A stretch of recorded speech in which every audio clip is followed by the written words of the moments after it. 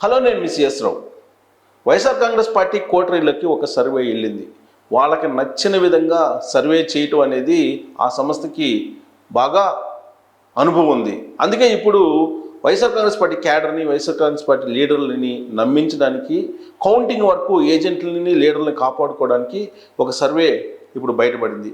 ఆ సర్వేలో అసలు నిజాలేంటి, ఆ సర్వేని ఎందుకు చేయించుకున్నారు, దానికి ఏమన్నా ఒక అర్థం ఉందా అనే దాని మీద విశ్లేషణ చేసుకుందాం.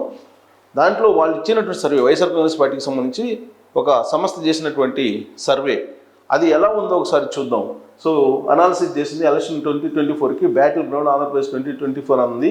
దీంట్లో కొన్ని ఫ్యాక్టర్స్ని తీసుకుంది. ఇన్ఫ్లుయెన్స్ అంటే ఇప్పుడు జరిగినటువంటి పోలింగు ఎలాంటి అంశాల మీద డిపెండ్ అయ్యి ఎలక్షన్ పోలింగ్ జరిగింది అనే దాని మీద. దాంట్లో చూస్తే మీరు ఆశ్చర్యపోక తప్పదు. అసలు ఎంత ఆశ్చర్యపోతారంటే అంత ఆశ్చర్యపోతారు. ఎంత స్వామి భక్తిని ప్రదర్శించే వాళ్ళైనా సరే మరి అంత గుడ్డిగా ఎలా ప్రదర్శిస్తారో అనిపిస్తూ ఉంటుంది. ఓకే, డబ్బు కోసం చేయొచ్చు కానీ మరీ అసలు నమ్మేలాగా ఉండాలి కదా. కానీ ఇక్కడ ఏమేమి అంశాలు తీసుకున్నారు, division of voters among parties in caste బేస్గా విడిపోయారు అని చెప్పి అంటున్నారు. అందుకే ఒక ఫ్యాక్టర్ అది ప్రభావం చూపిస్తుంది అంటారు. ఇన్ఫ్లేషన్ అంటే ధరలు పెరగడం అనేది కూడా ఒక ఫ్యాక్టర్ అంటున్నారు. వాలంటీర్ సిస్టమ్ అండ్ గ్రామ సచివాలయం సిస్టమ్ అది ఒక ప్రభావితమైన అంశం అంటున్నారు.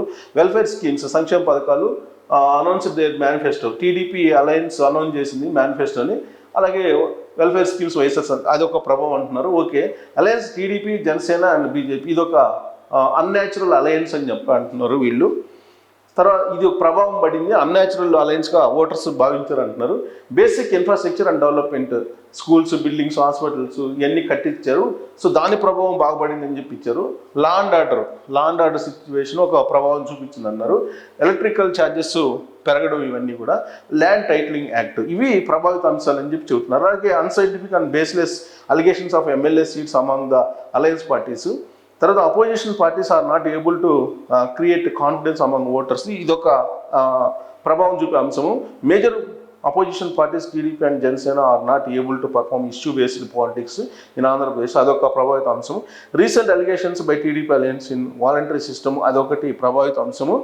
Promises made by TDP Janasena in the manifesto without considering the budget of Andhra Pradesh. ఇది 14 అంశాలు ఈ ఎలక్షన్ మీద ప్రభావం చూపాయి అని చెప్పి ఇస్తూ ఉన్నారు. సో విచిత్రంగా ఈ సర్వే చేసినటువంటి సంస్థకి లేదా సర్వే చేయించుకున్నటువంటి వైఎస్ఆర్ కాంగ్రెస్ పార్టీకి అసలు ఇది ప్రభావిత అంశాల్లో 14 అంశాల్లో రాజధాని ఇష్యూ లేదు, ప్రధానమైనటువంటి రాజధాని ఇష్యూ లేదు. అదేమో 3 రాజధానులు అని చెప్పి వైఎస్ఆర్ కాంగ్రెస్ పార్టీ చెప్పుకుంది, అమరావతి రాజధాని టీడీపీ చెప్పుకుంది. అసలు దీన్ని ఎక్కడ కూడా మెన్షన్ చేయలేదు, ప్రభావిత అంశం కింద అసలు తీసుకోలేదు ఈ సర్వే సంస్థ. అంటే ఈ సర్వే నిజమా అనేది మీరే అర్థం చేసుకోవచ్చు. ఇక రాజధాని ఇష్యూ మొత్తం లేపేశారు, ఎక్కడా కూడా లేకుండా. 2 ప్రత్యేక హోదా అంశం అనేది అసలు ఎలాంటి ప్రభావం చూపదు అనేటువంటిది ఈ సంస్థ యొక్క అభిప్రాయం. సో ప్రత్యేక హోదా అంశాన్ని ఎక్కడా చూపించలేదు. ఇక రాష్ట్రంలో విశాఖ రైల్వే జోన్ కానీ, విశాఖ ఉక్కు ప్రైవేటీకరణ అంశం కానీ, లేదా సిపిఎస్ రద్దు కానీ, మద్య నిషేధం కానీ, ఇవన్నీ ఎక్కడ కూడా ప్రభావిత అంశాల కింద కనిపించలే ఈ సర్వే సంస్థకి. ఈ 14 అంశాలు మాత్రం ప్రభావిత అంశాలుగా చూపించారు. ప్రధానమైన ఈ ప్రభావిత అంశాలే కాదు అన్నట్టుగా వాటిని మర్చిపోయారు. మద్య నిషేధం, సిపిఎస్ రద్దు, ఉద్యోగులకు సంబంధించి, అలాగే ప్రత్యేక హోదా, తర్వాత రాజధాని ఇష్యూ, విశాఖ ఉక్కు ప్రైవేటీకరణ అంశం, వీటన్నిటినీ కూడా ప్రభావిత అంశాలు కాదని చెప్పేసి ఈ సర్వే తేల్చిందని అంటేనే మీరు అర్థం చేసుకోండి ఈ సర్వేలో ఉన్నటువంటి నిజాయితీ ఏంటనేది. సో ఈ సర్వేను పట్టుకొని వైఎస్ఆర్ కాంగ్రెస్ పార్టీ గెలుస్తుంది రాబోయే రోజులు అని చెప్పి వైఎస్ఆర్ కాంగ్రెస్ పార్టీ బూస్టప్ ఇస్తూ ఉంది. సో దీంట్లో నిజం ఎంత అనేది మీరు అర్థం చేసుకోవచ్చు. సో దాని ప్రకారం, ఆ సర్వే ప్రకారం చూద్దాం. వాళ్ళు చేసిన సర్వే ప్రకారం ఈ ఫ్యాక్టర్స్లో ఆ ప్రభావితం చేస్తానని చెప్పారు. దాంట్లో ఫిమేల్ ఓటింగ్ 53% ఉంటుంది, 2 అదర్స్కి అన్నాడు. సో ఈ 2 అదర్స్ అనేది ఐడెంటిఫై చేయలేకపోయారు వాళ్ళు. ఫిమేల్ వైఎస్ఆర్ కాంగ్రెస్ పార్టీకి ఉందన్నారు. మేల్ ఓటింగ్ వచ్చేసి టీడీపీ అలయన్స్కి ఉందన్నాడు. రూరల్ ఓటింగ్ వచ్చేసి 53% వైఎస్ఆర్ కాంగ్రెస్ పార్టీకి, టీడీపీ అలయన్స్కి 46 అన్నారు. అర్బన్ ఓటింగ్ 47% వైఎస్ఆర్ కాంగ్రెస్ పార్టీకి ఉందని, టీడీపీ అలయన్స్కి 51% అన్నారు. సో రూరల్ ఓటింగ్ కొంత నమ్మశక్యంగా ఉంది. ఏదో కొద్దిగా అంటే 53 అనేది highest rural voting person YSR Congress పార్టీకి. సరే టీడీపీకి 46 ఉంది అంటున్నాడు, చూద్దాం అది కూడా 1% ఏదో గ్యాప్ అన్నాడు. అర్బన్ ఓటింగ్ విషయంలో ఈ సర్వే బండ తప్పు అని చెప్పి మనం చెప్పుకోవచ్చు. ఎందుకంటే అర్బన్ ఓటర్సు దాదాపుగా వైఎస్ఆర్ కాంగ్రెస్ పార్టీకి 30 నుంచి 35 కన్నా ఎక్కువ ఉండదు. ఇక్కడ 60 నుంచి 65% ఉంటుంది అర్బన్ ఓటింగ్ తెలుగుదేశం పార్టీకి. అది ఎవరైనా చెప్తారు, దానికి పెద్ద సర్వే సంస్థ కూడా అవసరం లేదు అర్బన్ ఓటర్స్ ఎలా ఉన్నారనే దానికి.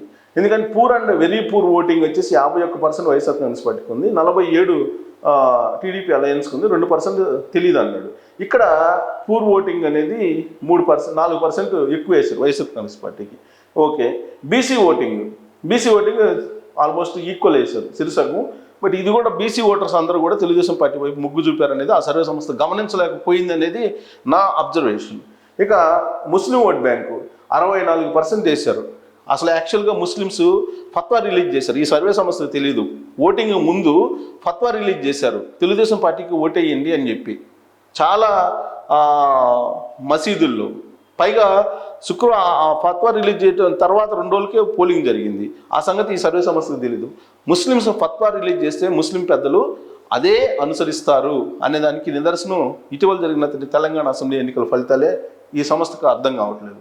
ఇక గవర్నమెంట్ ఎంప్లాయీస్ ఇప్పటికి కూడా 45% ఉందని చెప్పి చెప్తుంది ఈ సంస్థ. ఎవరికి? వైఎస్ఆర్ కాంగ్రెస్ పార్టీకి. అసలు ఇది పోలింగ్ అయినటువంటి ఓట్లలోనే 85% తెలుగుదేశం పార్టీకి ఉందని చెప్పి చెబుతుంటే పోస్టల్ బ్యాలెట్లో 45% ఓట్ బ్యాంక్ గవర్నమెంట్ ఎంప్లాయీస్లో ఉందని చెప్పి ఈ సర్వే సంస్థ చెప్తుందంటే దీన్ని నమ్మచ్చా లేదా అనేది మీరు అర్థం చేసుకోండి. దీన్ని నమ్మి వైఎస్ఆర్ కాంగ్రెస్ పార్టీ గెలుపు మీద ప్రచారం చేస్తుంది. ఇక ఇది పర్సంటేజ్ ఇలా ఇచ్చారు. సో ఈ పర్సంటేజ్ అదే మొత్తం కంక్లూజన్ చేసి 49 వైఎస్ఆర్సీపీకి, టీడీపీకి 47 వస్తుందని చెప్పి ఇచ్చారు. సో ఇక్కడ బండ బూతులు government employees percentage, urban voting percentage, అలాగే బీసీ ఓటింగ్ పర్సంటేజ్, ఈ మూడింటిని మనం తప్పుగా వీళ్ళు ప్రొజెక్ట్ చేశారని చెప్పవచ్చు. ఈ 3 గవర్నమెంట్ ఎంప్లాయీస్ది, అలాగే బీసీ ఓట్ బ్యాంకు, అలాగే అర్బన్ ఓటింగ్, ఈ 3 చోట్ల వైఎస్ఆర్ కాంగ్రెస్ పార్టీ కనీసం ఒక 7% ఎక్కువ వేశారు. సో ఇప్పుడు 7% తీసేయచ్చు. ఇక్కడ 49లో 7 తీసేస్తే 42% ఉంటుంది, దాన్ని 47 పెంచారు. సో ఈ సర్వే సంస్థ దీన్ని బేస్ చేసుకొని వాళ్ళు వైసీపీ వాళ్ళు చెప్తున్నటువంటి మాట అది. సో ఇక వాళ్ళ క్వశ్చన్స్ చూడండి, క్వశ్చన్స్ ఎంత సర్వేలో సైంటిఫిక్ రీజన్ అనేది ఎక్కడా లేదని చెప్పడానికి. చీఫ్ మినిస్టర్స్ ఛాయిస్ జగన్మోహన్ రెడ్డికి 45, చంద్రబాబు నాయుడికి 34, పవన్ కళ్యాణ్కి 8, అదర్స్కి 3 అంట. కాన్సే 10. కాన్సే అనేది 10% కాన్సే అంటే ఇది ఏం సర్వే? దీన్ని ఏ సర్వే అనుకోవాలి? కాన్సే 10% ఇచ్చారంటే అంటే వాళ్ళు న్యూట్రల్. ఈ న్యూట్రల్ పర్సన్ ఎప్పుడైనా గవర్నమెంట్కి యాంటీ ఉంటాడు. ఈ న్యూట్రల్ 10% ఎక్కడ గెలుస్తుంది? చంద్రబాబు నాయుడికి గెలిచింది. చంద్రబాబు నాయుడు గెలితే ఆవిడ 44 అవుతుంది, అదర్స్ ఒక 3, మొత్తం 47% అవుతుంది. ఈ పవన్ కళ్యాణ్ 8% కూడా ఇటు వేసుకోవాలి, ఎందుకంటే పవన్ కళ్యాణ్ చంద్రబాబు నాయుడు సీఎం అని చెప్తున్నారు కాబట్టి. సో ఈ లెక్క కూడా తప్పే. అసలు కాన్సే అనేది 10% తీసుకున్నారంటే వాళ్ళు ఏం సర్వే చేసినట్టు? ఈ సర్వే 10% ఎవరైనా తీసుకుంటారో 1 or 2% తీసుకుంటారు ఎవడైనా, కానీ కాన్సే 10% తీసుకున్నారంటే దీన్ని అన్సైంటిఫిక్ సర్వే అని చెప్పి ఎవరైనా చెప్తారు. ఇక working style of CM opinions, working style ఎవరితో బాగుంటుంది? వర్కింగ్ స్టైల్ ఆఫ్ గవర్నెన్స్లో ఏపీలో అంటే వెరీ గుడ్ సాటిస్ఫైడ్ 15% ఉందంట, గుడ్ సాటిస్ఫాక్షన్ 30% ఉందంట, యావరేజ్ 12%, బ్యాడ్ 34 ఉందంట. కాన్సే ఇక్కడ 9% తీసుకున్నారు, ఇక్కడ కూడా 9% తీసుకున్నారు. 34 + 9 41% ఇక్కడే కనపడుతుంది. యావరేజ్ ఇది న్యూట్రల్ ఓట్లు అనుకోవచ్చు. ఇది 41 + 12 53, ఆల్మోస్ట్ 53% వ్యతిరేకిస్తున్నారు ప్రభుత్వాన్ని ఇక్కడే వాళ్ళు చెప్పినటువంటి సర్వేలోనే. ఎందుకంటే యావరేజ్ సాటిస్ఫైడ్ అంటే వీళ్ళు న్యూట్రల్ ఓట్స్ అయి ఉంటారు ఖచ్చితంగా. ఈ 2 మాత్రమే జగన్మోహన్ రెడ్డికి ఉంటాయి 45, ఇక్కడ 12 ఒక 34 అంటే 46, 46 ఒక 9, 46 ఒక 9 55. సో అంటే ఎంతమంది వ్యతిరేకిస్తున్నారు చూడండి. ఇక్కడే వాళ్ళ సర్వేలోనే కాంట్రడిక్షన్ ఉంది. దీన్ని ఎలా నమ్ముకుంటారు? The best party for the development of Andhra Pradesh, YSR Congress party 47 అంట. అభివృద్ధి విషయంలో ఎవరినడినే చెప్తారు, కానీ ఈ సర్వే ఎంత గుడ్డిగా వేసిందో చూడండి. వైఎస్ఆర్సీపీ 47 అంట, అలయన్స్ 41 అంట, అదర్స్. కాన్సే మళ్ళీ 8 ఇచ్చారు. ఇక్కడ ఈ కాంటిసీని అదర్స్ కాంటిసీని తీసుకుంటే 12% ఉంది. ఈ 12% గ్యాప్ తోటి చేసినటువంటి సర్వే ఒక సర్వేనా? దీన్ని నమ్ముకుంటున్నారు వాళ్ళు. ఇక కంపారిజన్ ఆఫ్ మేనిఫెస్టోలు కంపేర్ చేస్తే టీడీపీ 2, వైఎస్ఆర్ కాంగ్రెస్ పార్టీ 40% నమ్ముతున్నారంట. అసలు మేనిఫెస్టో ఎక్కడుంది? వాళ్ళు విడుదల చేసిన దాంట్లో నవరత్నాలు ప్లస్ అన్నారు. సపరేట్ మేనిఫెస్టో ఏముంది అక్కడ? సంక్షేమ పథకాలు తప్పితే ఇంకేం లేవు కదా. దాని మేనిఫెస్టోని ఎలా అంటారు? ఈ సర్వే సంస్థ మళ్ళీ సర్వే చేసి జగన్మోహన్ రెడ్డి చేతిలో పెట్టింది. బిల్లింగ్ టీడీపీ 35, కాంట్ బిలీవ్ 19% ఇచ్చారు.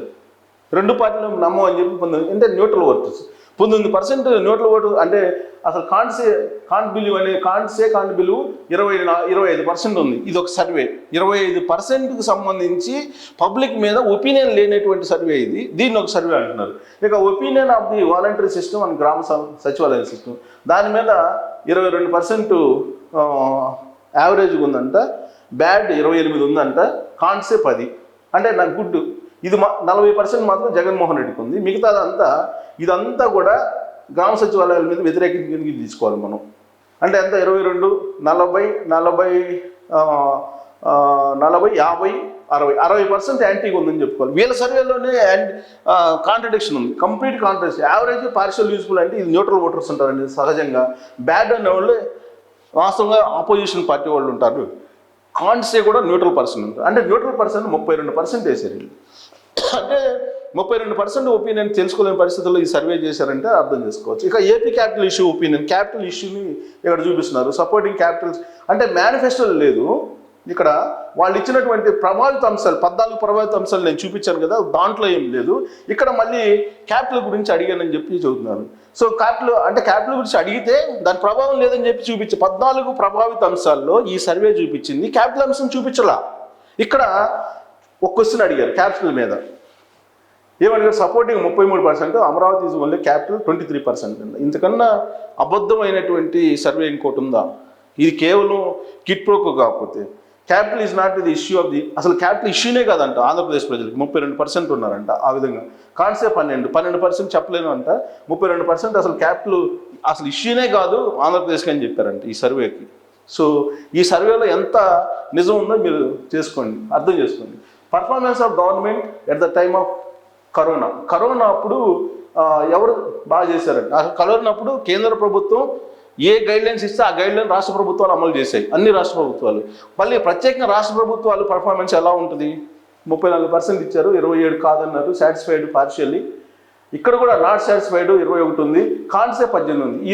ఈ రెండు వేసుకున్నా కానీ ఇక్కడ 39% ఉంది బాగలేదని. ఈ 39% బాగలేదని చెప్తున్నప్పుడు ఇంకేంటి? ఇక్కడేమో సాటిస్ఫైడ్ అన్నాడు, సాటిస్ఫైడ్ వాళ్ళు 27 అన్నారు. దీంట్లో కూడా ఉండదు. మళ్ళీ అసలు దీని కేంద్ర ప్రభుత్వం గైడ్లైన్స్ని బేస్ చేసుకుని నడిచేదానికి దీనికి కూడా సర్వే చేసి దాన్ని ఆ విధంగా ఇచ్చారు.